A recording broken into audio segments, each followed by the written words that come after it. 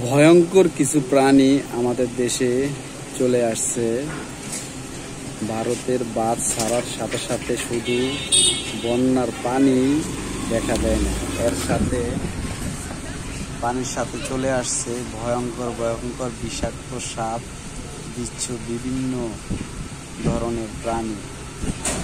কিছু কিছু জায়গায় যখনই পানি হালকা হালকা কমতে আছে বা কিছু জায়গায় বাড়তেছে, পানির সাথে বিভিন্ন জায়গা থেকে বিষাক্ত বিষাক্ত সাপ, বিভিন্ন প্রাণী চলে আসছে। তো এর পাশাপাশি আপনাকে সতর্ক থাকতে হবে, চোখ কান খোলা রাখতে হবে, কারণ এই সাপ বিচ্ছুগুলো নিচু জায়গায় থাকতো। এরা কিছু কিছু প্রাণী উপরের জায়গায়, উঁচা জায়গায় থাকতো। যখন প্রচন্ড পরিমাণ জায়গা তলে গেছে, তারা আশ্রয় খোঁজার জন্য পানির সাথে সাথে চলে আসছে। এগুলো যখন পানি একটু হালকা কমতির দিকে দেখা দেয়, তখনই এগুলো দেখা মিলে, কারণ এরা বাঁচার জন্য ঘরে বিভিন্ন খাদের নিচে বিভিন্ন জায়গায়, সবাই তো চায় যান রক্ষা করার জন্য, তাই না? তো এদের থেকে আপনি সচেতন থাকবেন কিভাবে আমি বলতেছি, ভালোভাবে খেয়াল করবেন।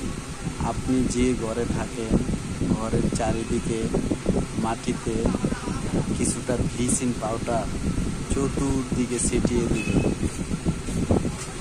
এই ব্লিচিং পাউডারের ঘ্রাণে, গন্ধে এরা হয়তো বা আপনার ঘরে হানা দিতে না পারে, ঘরের আশেপাশে দিয়ে চলে যেতে পারে।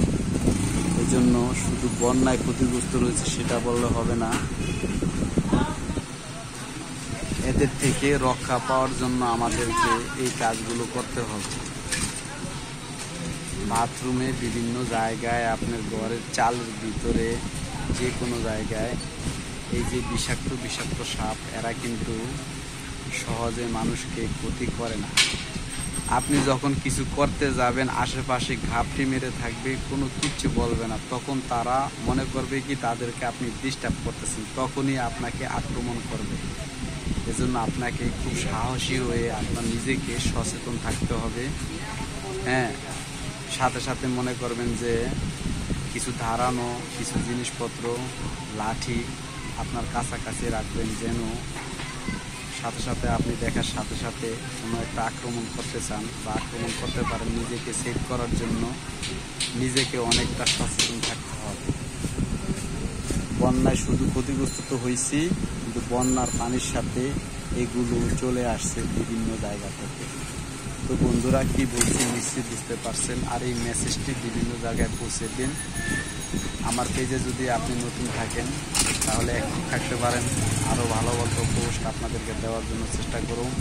আজকের ভিডিওটি এই পর্যন্ত শেষ। ভালো থাকবেন, সুস্থ থাকবেন, দোয়া রইল। আসসালামু আলাইকুম। আল্লাহ সবাইকে সুস্থ রাখুন, ভালো রাখুন। আমিন।